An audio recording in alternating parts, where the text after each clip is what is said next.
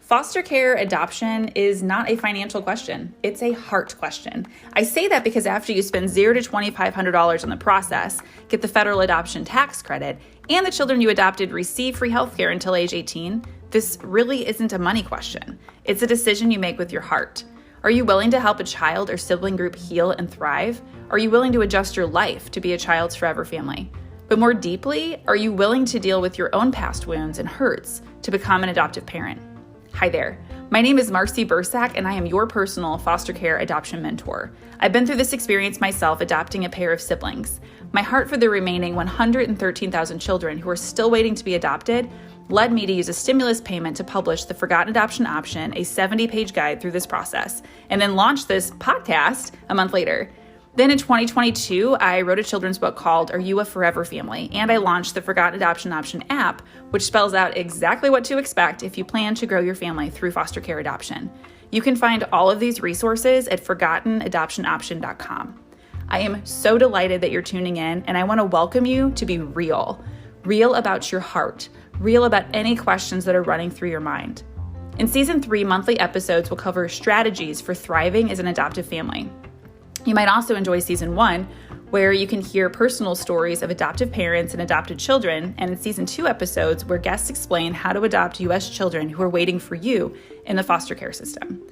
Whether you want to begin the adoption process right now or in the future, my heart is to help conquer the confusion and fears of the foster care adoption process so that fewer children continue to wait to be adopted. Welcome to the Forgotten Adoption Option podcast. In this episode, we will discuss how to invite your employer to become an adoption-friendly workplace. Angie Schaefer, the Vice President and Chief Human Resources Officer at Safety National, which is a leading specialty insurance and reinsurance provider based in St. Louis, Missouri, is here to talk about how she advocated for these benefits at her employer. Hey, Angie. Hi, Marcy.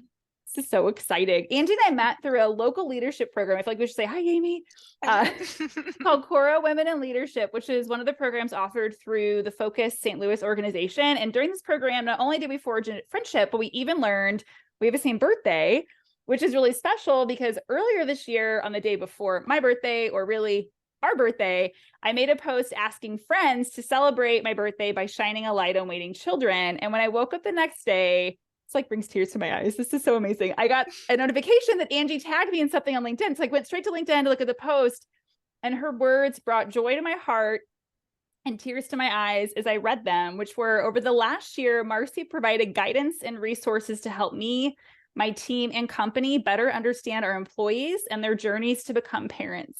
Safety National recently launched adoption and fertility benefits to our employees, which include financial assistance, counseling, and paid caregiver leave. I am so excited to talk more about this. Angie told me that it was actually really simple to bring these benefits to her employer. And I'm curious if that's really true. And if it is, it makes me wonder, well, what would happen if podcast listeners took the information and do what Angie did, whether they told their employer or maybe their significant other, or just told friends that own businesses. This could have a huge ripple effect. So Angie, let's start with what prompted you or motivated you to go through the actual work of adding this adoption and fertility benefits at Safety National.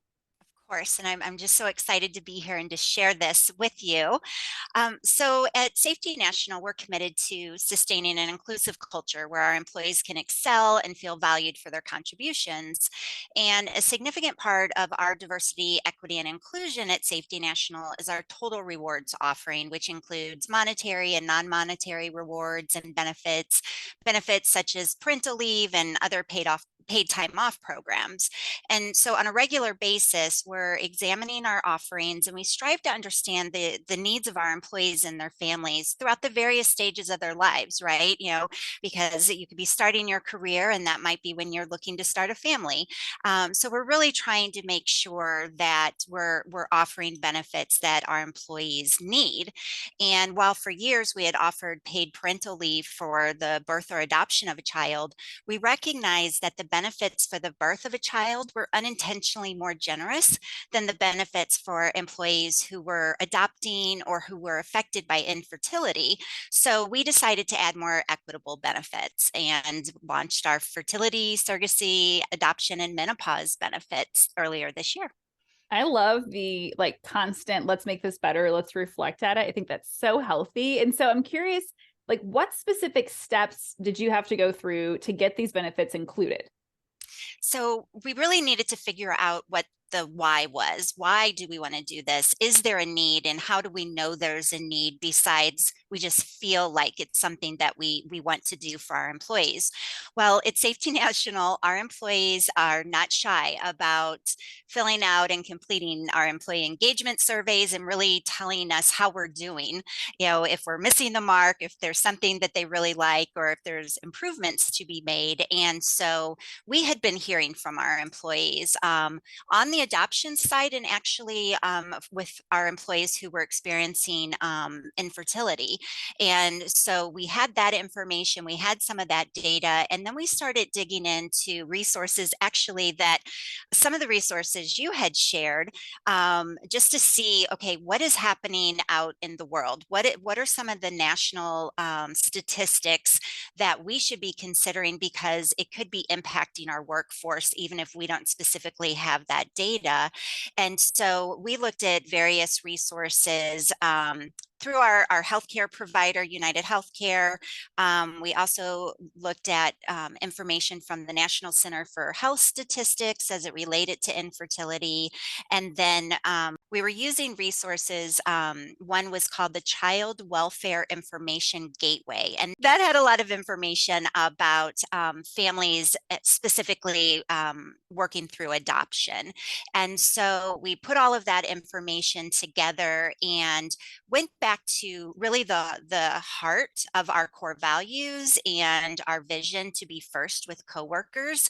And the memo almost, our recommendation almost wrote itself at that point. How amazing. I enjoy your part about how you analyze things through data. And one of the things that comes to mind to me is earlier in May, I worked with a couple Girl Scouts to bring a reading program into schools, and they're eighth grade girls. They're now going to ninth grade. And they had mentioned that through the journey, they learned that adoption can be both a plan A and a plan B, right? That it's actually both. And so I love that you all are thinking about like, what do our employees need? What are they saying? How can we listen to that? And my family's foster care adoption partner, the Dave Thomas Foundation for Adoption, says that adoption benefits boost employee retention and recruitment and company culture. So I'm curious, how did you make a case that adoption and fertility benefits make sense? Actually, Marcy, the Dave Thomas Foundation for Adoption resources that you shared were really key in helping me frame our approach to how we were going to make this case to offer these benefits. The toolkit, it lays out all the steps for you. It gives you example policies. It gives you a lot of statistics and information that you can use. And so we found that really that kit was key to us being able to make a really good business case to our executive team. It's like a one-stop shop. I didn't make the tool. I just shared the tool, and Right. I'll have it in the show notes. I'll have it in the social post that drop this episode. And so one thing that, and we'll get to this a little bit later, Angie, because some people might be like, yeah, Marcy, but your friend Angie works in HR. Like she has an upper hand. So we'll address that in a little bit about like, what can you do if maybe you're an employee like I am? I'm not in HR. I'm in the tech space. But in the meantime, so according to the book Adoption Nation, only 0.1% of employees ever use the adoption benefit. So it's a great way to make the culture inclusive, but companies likely aren't actually committing to a large budget line to this. So even if they offer substantial financial reimbursement, it's not like really impacting the company that much. Did you get any pushback when you first proposed the idea of offering adoption and fertility benefits? No, we didn't get any pushback whatsoever. It was okay, how are we actually going to make this happen? And we had some decisions to make about what that looked like, because, we were offering financial assistance, not just the paid time off. And so we really had to dig in and figure out what was going to make sense for us. And the great thing is that we can always change our mind. once our employees start utilizing this benefit, we can determine, okay, is it meeting their needs? Is it, do we maybe need to adjust a little bit? Maybe we didn't account for certain expenses that our employees are really needing assistance with.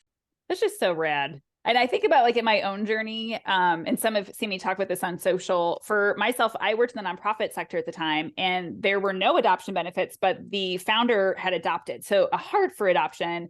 And I remember at the time, I can't find them anymore, but the foundation used to offer like a template for the employee to use to go to the employer to say, hey, and I think the toolkit just kind of covers all that now.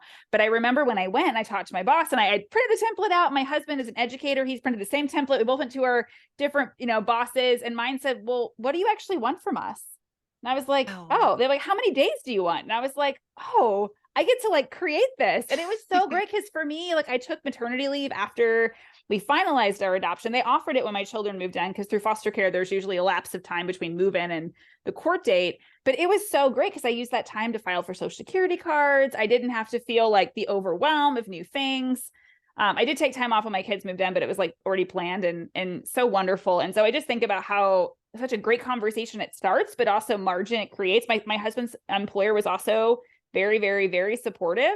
He's in education, and education tends to be really supportive about things like this too. So it's just neat for me to hear, and for the company that you're at, how that kind of got navigated. And so two tools I want to point out, and you've kind of heard a little bit from Angie on this, related to adoption benefits, is the Dave Thomas Foundation for Adoption. They have this free adoption friendly workplace toolkit, and it can help with national averages from their annual survey. And it walks you through like IRS guidelines, all this like complicated stuff. You can kind of like already have it canned. Plus it provides a sample policy like Angie mentioned. It's free. It's used by organizations nationwide to create benefits policies. There's even this like top 100 adoption friendly workplaces. And so Angie, you mentioned you got it. Do you remember, did you just like go online through like something I shared, or how did you leverage that? Yes. Well, I think I just Googled it honestly because you had mentioned the name. And so I wanted to learn more about the foundation, and was overwhelmed with information and just how easy they made it for me to be able to understand the resources that they were sharing. And then, like I said, it really helped us put together our recommendation.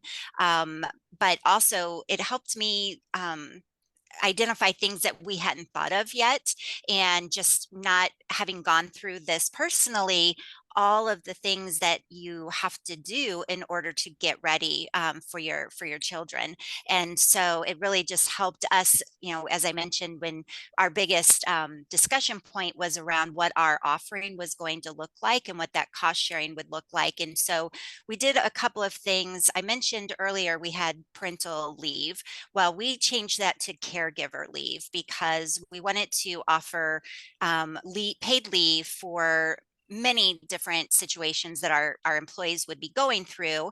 And so we increased that, and it already applied to adoption. But now what that also did for us, because of the way we designed it, our employees didn't have to take it 2 weeks at a time, meaning they could split up the days. So let's say you needed to go visit with your attorney, or you had some other meeting that was related to the adoption, you could take this caregiver leave instead of taking your regular PTO. And we just got a lot of feedback from employees that they were needing more time outside of their paid time off that they would get annually.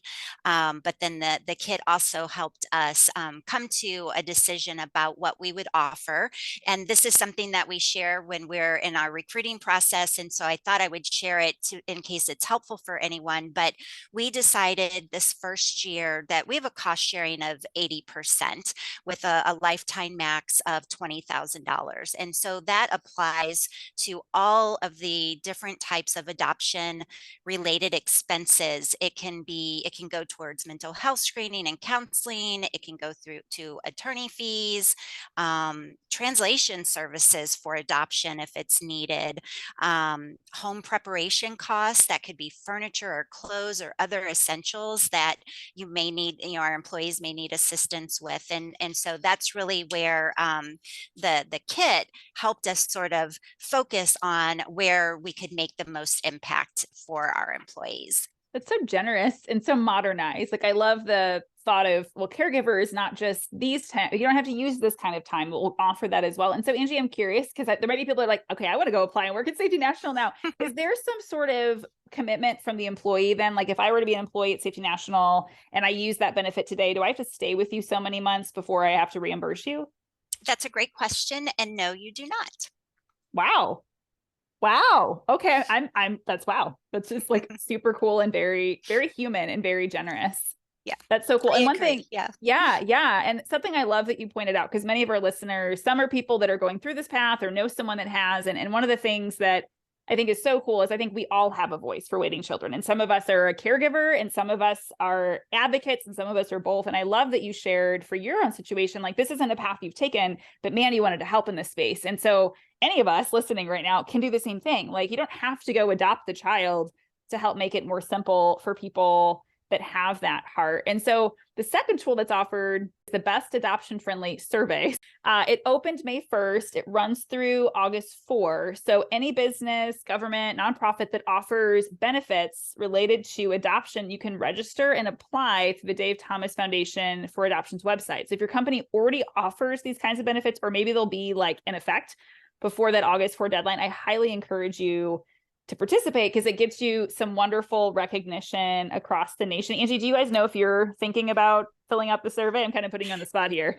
No, that's okay. We actually completed it this week. So it was on our radar and we were just waiting for it to open up. So it has been submitted. High five. I love that. You're like right on the early part of it. That's so wonderful. That's so wonderful. Okay.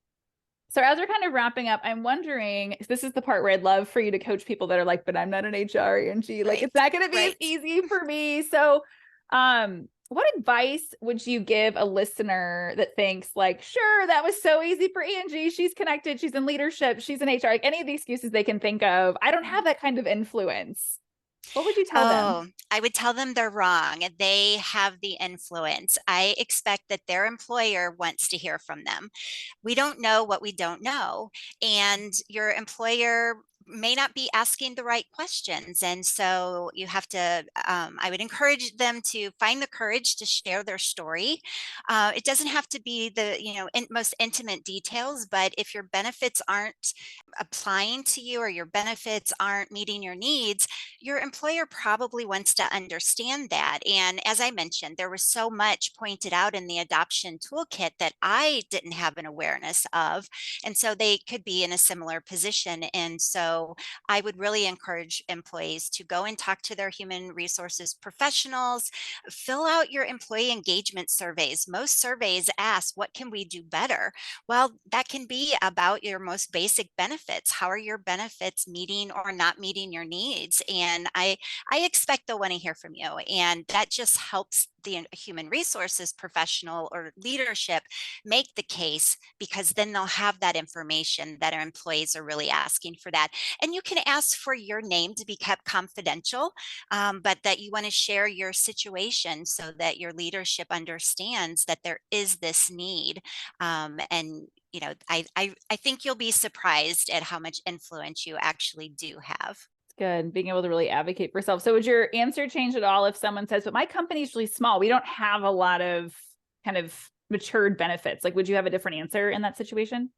No, and I think it will just come down to what is important for the employer as it relates to the benefits they want to offer to their employees. That's so good. And I did that too. Like I had a small employer and it was just a conversation of, hey, I need this. And I stayed there for multiple years. So, and there wasn't even, they never made me sign anything. There wasn't a caveat. It was more just like, we want to help support you. And this is a way we can do that for you. And Right. And I amazing. think, depending on where the company may be in examining their benefits, probably one of the things that they could do is look at parental leave or a caregiver leave. They may not be able to offer financial reimbursement, but even being able to offer that paid time off or generally flexible schedules, allowing you to flex your day so that you can meet the needs of the adoption process is so important. But again, employees need to let their employer know that they have these needs and share their story. Yeah. And so, Angie, I'm curious, as you all launched your benefit or expanded it, however you want to say that, did you do it as part of annual enrollment? Did you do it kind of mid-year? Like, I'm just curious, like what the communication splash was like. Yes, so we actually announced it prior to open enrollment to be effective with the coming calendar year. It's just the way that the timing ended up. And Yeah. because we were going to have the financial component, we wanted to make sure we were budgeting appropriately, modifying our policies, and making sure that we provided the education for our employees. And so we actually launched it effective with the calendar year, and the caregiver leave kicked in right away. And then we partnered with a vendor to help us manage the administrative process of these benefits that we're offering now. And we launched that platform actually May 1st. And we already have 2 people who have signed up for adoption assistance. Yay! That's amazing. Yeah. That's It's really amazing. exciting. It's Oh, really that's exciting. so good. That's such an exciting way for even like as a company, just knowing their coworkers are, going to be involved in that journey at some level and they have the support they They need have now. options, right? And they have Yeah. options. Mm-hmm. I love that. Okay, Angie, I would be remiss before we wrap up the official episode because some people are probably like, Angie, your benefits sound great. Like, how can people find your job postings? Like, are Safety National jobs in office, Yes. hybrid, remote? Like, can you tell us Yeah. that just Yeah. so in That's case they great. want to come work for you? Yes, yes, we have multiple openings. Safety National continues to grow. When I joined the company 9 years ago, we were at about 350 employees, and we just hit 700 a couple of weeks Woohoo. ago. We have offices across the country, but our largest office is here in St. Louis, safetynational.com, and I would love to have a conversation with anybody who's interested in maybe coming to join us. Yeah, just say, I heard you on Marcy's podcast. She'll know. Yes, yes. I'm on LinkedIn. Connect with me there. So good. This has been so informative and so practical. And I'm hopeful that our listeners are like, wait a minute, I know someone, or I could pass this along. We're all celebrating the last part you shared about 2 people already signing up to participate in this adoption benefit. That's so beautiful. So I hope that that's even growing more as you've shared such an easy way forward, Angie. So thanks for coming on. Thanks for having me.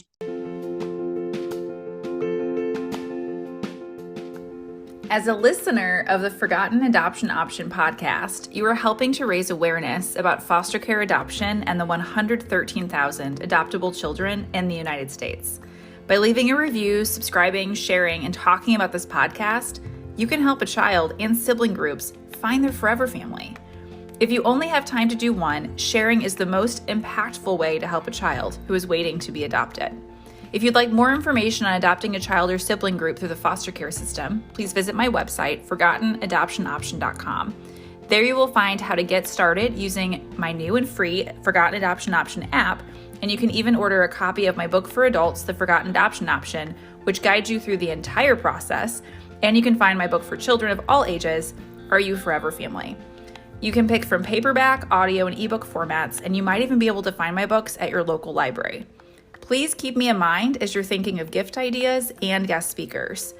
If you have any question about the process or you're wondering if you're even qualified to adopt, please reach out.